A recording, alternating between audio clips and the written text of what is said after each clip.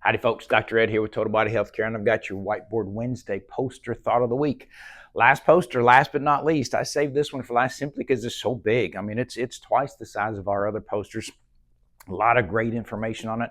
Some folks they come right up to it and they look at it and they're like, wow, there's a lot of, and they just kind of turn away because it's a heavy poster, but there's also a simple message behind it. We'll get into the complex message here in a minute, but the simple message actually kind of goes along with what we talked about last week, in that chiropractic adjustments are way, way more than, hey doc, can you pop my neck? Yes, that's what's going on, but this is technically on the inside. This is what's going on here. So let's talk a little bit about that, because honestly, this it's a good reminder for myself as well. In the rush of going through the day-to-day adjustments with patients, I can honestly get caught up a little bit with the, man, doc, that adjustment felt great, thank you. I can get caught up kind of in that symptomatology of adjustments feel good, when chiropractic adjustments are way deeper than that. And that's what this talks about here. Before we get into it though, let me ask you a question, because this question will help you understand the concept of this poster here.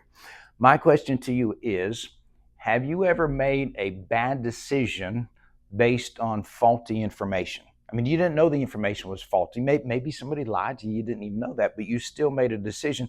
This decision still carried with it consequences, even though it was a bad decision made on faulty information. There's still consequences to that decision, right? Yeah, exactly.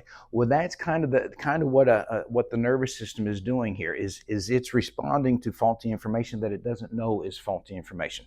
A lot of times, not a lot of times, there's been several times in practice where myself and a patient have gotten into a pretty deep discussion about just the intelligence that God built into our systems here, into our bodies. And if it's so great, if he made our body, and he's of course a perfect creator, why are our bodies, why are they so easy to screw up? How they're easy to get out of health, not operating like they're supposed to?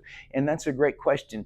And it comes from, follow me for a second here, it comes from the buildup of our emotional, physical, and chemical stresses that are in our life. When those get to a certain point, our nervous system says, I can't handle those anymore, and that's what causes the subluxation. Once that subluxation is in the nervous system, that's what begins sending faulty information up to the brain. You remember our nervous system, of course, brain, spinal cord, and then all the nerves that come out to our body parts, it's a two-way communication system, if you will. The peripheral nervous system needs to send messages up to the brain about our environment, both our external environment out here and our internal environment.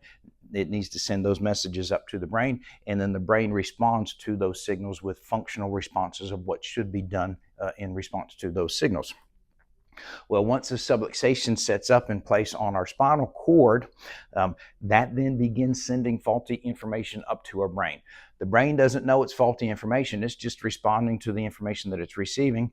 However, it is still faulty information, and therefore it sends down basically a faulty response of function. In other words, the body is telling the brain, hey, this is happening when it's not really happening. And then the brain says, well, this is what you need to do in response to that. When that happens for an extended period of time, that lack of improper function in our body, that leads up to what we call in chiropractic a state of dis-ease, or a lack of ease. We're just not functioning correctly. When that happens for an extended period of time, that's what you and I then know as disease, symptoms, in other words, if you will, when we're not working like we're supposed to, and we begin to feel it. So that's kind of the chain of events that happens. The subluxation sets up in your spinal cord because there's too much physical, chemical, and emotional stress in your body, in your environment. Once that subluxation sets up, it then begins sending faulty information up to the brain. The brain responds incorrectly to that faulty information, and we get into a state of disease. What this poster really shows is, depending on where the subluxation is affecting the spinal cord, would then lead to the different symptoms that you may feel. For instance, if the subluxation hits this posterior aspect of the spinal cord here, it leads through what's called the hypothalamic pituitary axis. You may see the HPA axis if you do a little research. You can lead to things like anxiety and depression from a subluxation affecting the posterior part of the spinal cord. ADD, ADHD in kids. It actually is type 2 diabetes and obesity because it affects the metabolic pathways as well. So as you can see already, it's way more than, hey doc, can you pop my neck? If you hit, for instance, another instance here is this lateral tract right here. It affects our sympathetic chain ganglion and puts us into a state of fight or flight.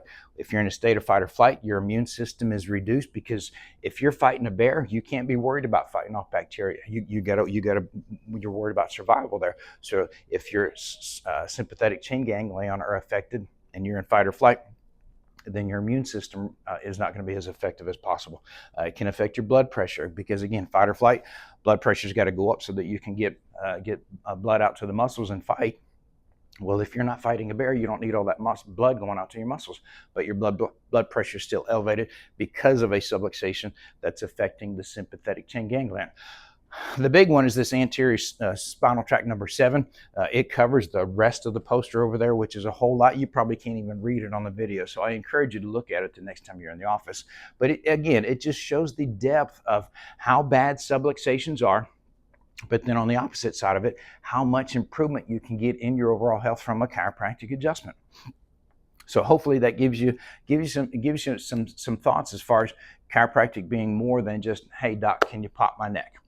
It has been kind of a fun journey for me going around the different posters in my office. I hope you've enjoyed it. Next week, we'll bring the whiteboard back and continue that as our tradition here. But for right now, I'm Dr. Ed with Total Body Healthcare, and there's your Whiteboard Wednesday poster thought of the week.